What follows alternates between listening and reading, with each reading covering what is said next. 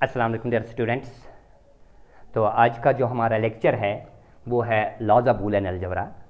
पिछले लेक्चर में हमने बूलियन अलजेब्रा के कुछ लॉज डिस्कस किए हैं। वहाँ पे हमने देखा है कि क्लोजर प्रॉपर्टी क्या होती है, नल लॉ क्या होता है और आइडेंटिटी लॉ। तो आज के इस लेक्चर में हम कंप्लीमेंट लॉ और दूसरे कुछ लॉज देखने और समझने की कोशिश करेंगे, क्योंकि जो एक लॉज ऑफ अलजेब्रा है ये सर्किट्स को मिनिमाइज करने में, एरर डिटेक्शन में काम आते हैं। तो आज का जो हमारा लॉ है वो है अब complement law. Complement law actually क्या होता है? कंप्लीमेंट लॉ क्या होता है? According to this law state in Boolean algebra, complement law states that a variable ordered with its complement equals to 1. A variable ordered with its complement equals to 1 and a variable AND with its complement equals to 0. मतलब ये, अगर हम किसी भी variable को उसके complement के साथ आर करेंगे तो आउटपुट हमेशा 1 आता है। अगर हम किसी भी वेरिएबल को उसके कंप्लीमेंट के साथ और करेंगे तो आउटपुट हमेशा 1 आ जाता है, और अगर हम इसी वेरिएबल को उसके कंप्लीमेंट के साथ एंड करेंगे तो आउटपुट हमेशा 0 आ जाता है। जैसे कि अगर हमारे पास फॉर एग्जांपल और है और एंड है, क्योंकि ये दो ऑपरेटर्स है बूलियन अलजेब्रा के, तो आर को हम डिनोट करते हैं प्लस से और एंड को हम डिनोट करते हैं नोट के। फॉर एग्जांपल अगर हमारे पास कोई वेरिएबल ए है, उसको हम आर करेंगे 1 के साथ, तो जो आउटपुट है वो हमेशा 1 आ जाता है। सॉरी, अगर हम इसको आर करेंगे इसके कंप्लीमेंट के साथ तो हमेशा आउटपुट हमारा 1 आ जाता है। वो कैसे देख लो, क्योंकि पहले हम इसको ट्रूथ टेबल के जरिए, ट्रूथ टेबल के मदद से प्रूव करने की कोशिश करेंगे। क्योंकि अगर हमारे पास ये ट्रूथ टेबल है, इसका ए हमारा एक वेरिएबल है, इसके 0 और 1 हो सकते हैं, 0 और 1 हो सकते हैं इसके, तो इसका कंप्लीमेंट जो बनेगा वो बनेगा 0 का कंप्लीमेंट 1 बनेगा और 1 का कंप्लीमेंट 0 बनेगा। अब अगर हम इसी ए और ए को ए के साथ कंप्लीमेंट करेंगे, किसी भी वेरिएबल को अपने ही साथ अपने कंप्लीमेंट के साथ और करेंगे, तो हमेशा जो आउटपुट आता है वो 1। कैसे? जैसे कि 0, क्योंकि ये ए है, ये ए कंप्लीमेंट है, ए और ए कंप्लीमेंट को हमें आर करना है। 0, क्योंकि आर का मतलब है लॉजिकल एडिशन, 0 + 1 = 1, 1 + 0 = 1। तो आप अगर यहां देखोगे, ऑब्जर्व करोगे कि दोनों सूरतों में आउटपुट हमारा 1 आया है। इसका मतलब है a + a complement always equal to 1। तो इस तरह से यहां पे ये कंप्लीमेंट लॉ सेटिस्फाई हो गया इन केस ऑफ और operator. So this law states that when a variable is ordered with its complement, the result is always 1, जैसे कि यहां पे हमने देखा है। अब अगर हम इसको थ्रू सर्किट डायग्राम और लॉजिक डायग्राम देखने की कोशिश करेंगे तो ऐसा होगा, क्योंकि अगर फॉर एग्जांपल यहां पे ये ए है हमारा, ये हमारा ए है, कोई भी वेरिएबल ए है, और ये हमारा ए कंप्लीमेंट है, क्योंकि ये ए यहां से आया तो यहां पर ए कंप्लीमेंट बन गया, ये हमारा ए कंप्लीमेंट है। इनको अगर हम आर करें, क्या करें? आर करें, ए और ए कंप्लीमेंट को आर करें, ये आर हमारा गेट है, ठीक, यहां से इसको, यहां से इसको, क्योंकि ये ए है, ये है ए कंप्लीमेंट, तो यहां बन गया है A + A complement. According to this law a + a complement is always equal to 1। तो अगर a यहां से 1 हमने दिया, a को हमने वैल्यू 1 दिया, तो a कंप्लीमेंट 0 बनेगा।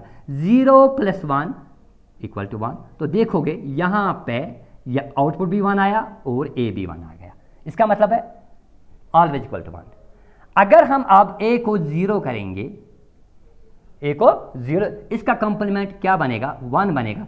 0 + 1 ऑलवेज इक्वल टू, वो भी इक्वल टू 1। तो इसका मतलब हमेशा इसका आउटपुट 1 आएगा। अगर हम किसी भी वेरिएबल को उसके कंप्लीमेंट के साथ और करेंगे तो आउटपुट हमेशा 1 आ जाए, जैसा कि हमने यहाँ पे इस ट्रुथ टेबल और लॉजिक डायग्राम से देखा है। और इसका मतलब है और में ये सेटिस्फाई हो गया। अब हम यही एंड में देखेंगे। एंड क्या बोलता है?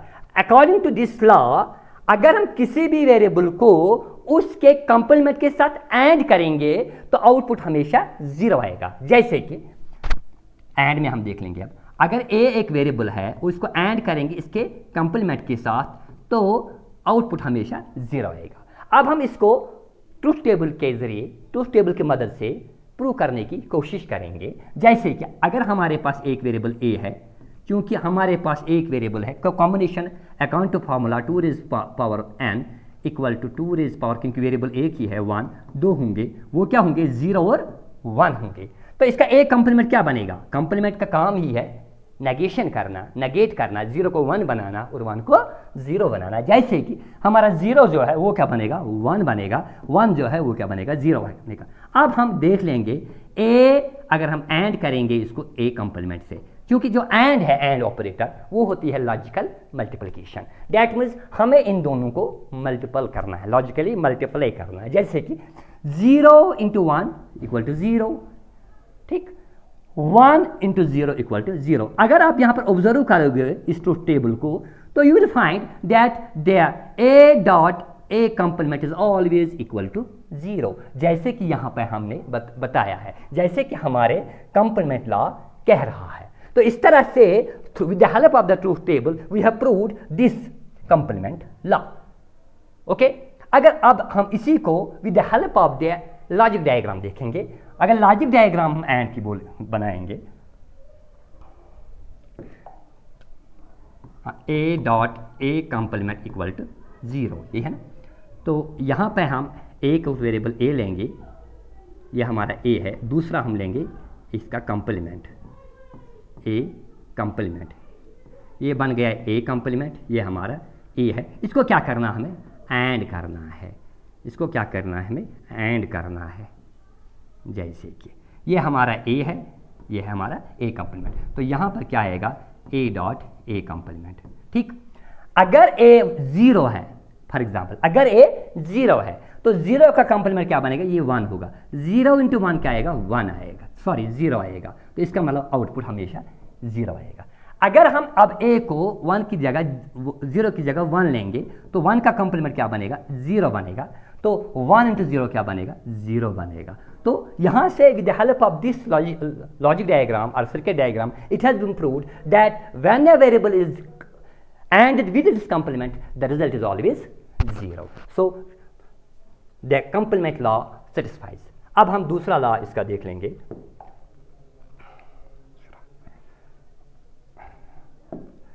अब है इडम्पोटेंट लॉ। तो इडम्पोटेंट लॉ क्या कह रहा है? According to this law that a variable combine with itself, अगर हम वेरिएबल को अपने साथ और करेंगे यूजिंग एंड और दोनों, चाहे एंड करें या और करें, तो रिजल्ट हमेशा वेरिएबल ही निकलेगा, रिजल्ट हमेशा सेम वेरिएबल आएगा, जो उसका वैल्यू होगा वही। जैसे कि अगर हम ए को ए के साथ और करें तो रिजल्ट ए आएगा। अगर हम इसी ए को ए के साथ एंड करें तो रिजल्ट ए ही आएगा, रिजल्ट ए ही आएगा। जैसे कि अगर ए हमारा 0 है, तो इसको 0 के साथ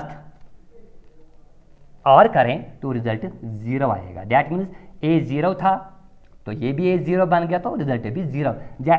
जैसे कि चूंकि एक वेरिएबल के 2 पॉसिबिलिटीज होते हैं, 0 और 1, अगर 1 को हम 1 के साथ और करें तो रिजल्ट 1 ही आएगा। तो हमेशा जो यहाँ इनपुट होगा वही आपका आउटपुट भी मिलेगा। तो यहाँ से ये साबित हुआ कि अगर हम किसी भी वेरिएबल को उसके साथ ही उसी के साथ कंबाइन करेंगे, एंड करेंगे या आर करेंगे तो रिजल्ट हमेशा वही वेरिएबल निकलेगा। तो यहाँ पर in case of this it has been proved, जैसे कि हम इसको अब with the help of the logic diagram की देखने की कोशिश करेंगे। जैसे कि अगर ए हमारा वेरिएबल है तो इसको हम आर करेंगे, किसके साथ, आर में देख लेंगे, इसको हम आर करेंगे, ए को इसी ए के साथ आर करेंगे। अगर 0 ये भी 0 आएगा, 0 0 ए प्लस ए, तो क्या बनेगा 0, जैसा ए था वही निकला वापस। अगर हम 1 लेंगे ए भी 1 होगा, ये 1 ए, जब ए को 1 होगा तो दूसरा ए भी 1 होगा, दैट इज़ 1 + 1 क्या आएगा, 1 ही आएगा। Now it has been proved that अगर हम किसी भी वेरिएबल को उसी के साथ और करेंगे तो रिजल्ट हमेशा वेरिएबल ही आएगा वापस। तो इसी तरह से हम एंड में देख लेंगे आप, A and A equal to A, जैसा कि क्योंकि ए अगर हमारा एक वेरिएबल है ट्रुथ टेबल से देख लेंगे, इसका 0 और 1 हो सकते हैं, तो दूसरा ए ये भी 0 और 1 हो सकता है। अगर हम इनको ए एंड करें तो 0 0 0 आया तो वापस वही आया जो ए था, 1 1 1 × 1 1 आया, वापस वही आया जो ए था।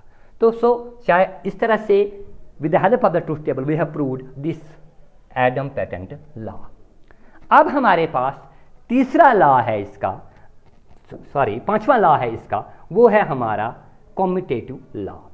तो कम्यूटेटिव लॉ क्या कह रहा है, अकॉर्डिंग टू दिस लॉ, जो ये लॉ है that order of the operands in and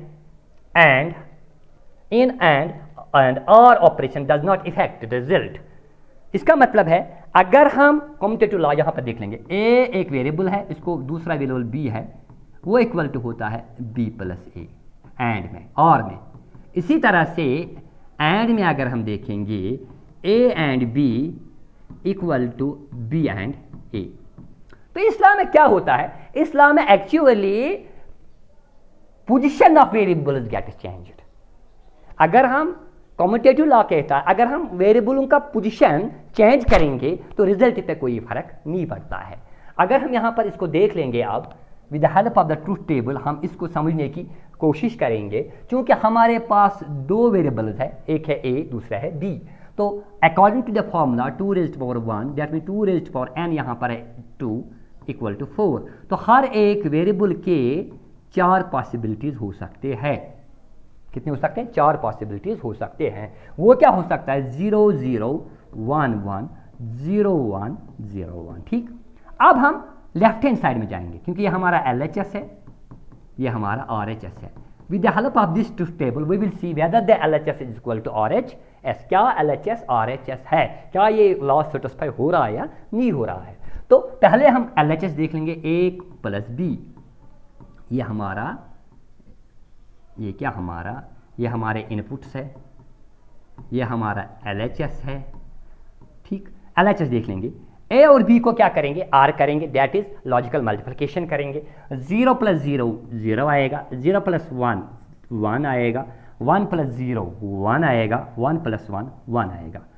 तो ये रिजल्ट निकला हमें किसका, A + B का। अब RHS देख लेंगे हम, RHS हमारा क्या है, RHS हमारा है B + A। अब इसको हम और करेंगे, 0 + 0 0 1 + 0 1 0 + 1 1 1 + 1 1। अगर आप ऑब्जर्व करोगे इस ट्रूथ टेबल को तो you will find that the LHS is equal to RHS। जैसा कि यहाँ पर 0 है LHS, RHS भी 0 है। LHS जिस सिचुएशन में, दूसरे स्टेट में 0 है, यहाँ भी है, यहाँ 1 है, यहाँ 1 है, यहाँ 1 है, यहाँ 1 है। तो यहाँ से ये साबित हुआ है कि वेरिएबलों की पोजीशन चेंज करने से इसके आउटपुट पे कोई असर नहीं पड़ता है। So this law in Boolean algebra states that the order of the operands, चूंकि ये ऑपरेंड है, ऑपरेंड्स इन एंड और operation does not effect the result, उससे हमारे रिजल्ट पे कोई असर नहीं पड़ा। या हम ये भी कह सकते हैं in commutative law the position of the variables get is changed. तो order of variables gets changes, खाली ऑर्डर इनका चेंज हुआ, पोजीशन इनका चेंज हुआ, A B की जगह गया, B A की जगह आया। अब हम इसका ये सर्किट डायग्राम बनाएंगे। कैसे बनाएंगे देखो, क्योंकि हमारे पास है कम्यूटेटिव लॉ कहता है a plus B equal to B plus A. हमारे पास ये हमारा LHS है, ये हमारा RHS है। तो a हमारे पास एक वेरिएबल है, दूसरा हमारे पास b है। तो इनको क्या करना हमें, इनको हमें r करना है। ऐसे करेंगे r, ठीक। यहाँ से लेंगे ये, यहाँ से लेंगे ये, तो ये बन गया हमारा a प्लस बी, ये हमारा बन गया LHS का। अब हम इसी RHS का देख लेंगे। कैसे देख लेंगे, RHS में भी हमारे पास दो वेरिएबल है, एक है b, दूसरा है a। तो इनको भी हम क्या करेंगे, और करना है ऐसे।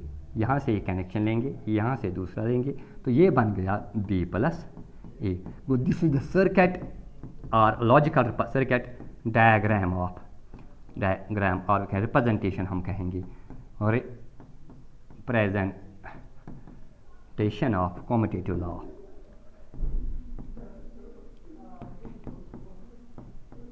होप अब आपको समझ आया होगा कि एडम पेंडेंट लॉ क्या है, कम्यूटेटिव लॉ है क्या है, और कंप्लीमेंट लॉ क्या है। इंशाल्लाह in next video we will discuss other laws of this Boolean algebra.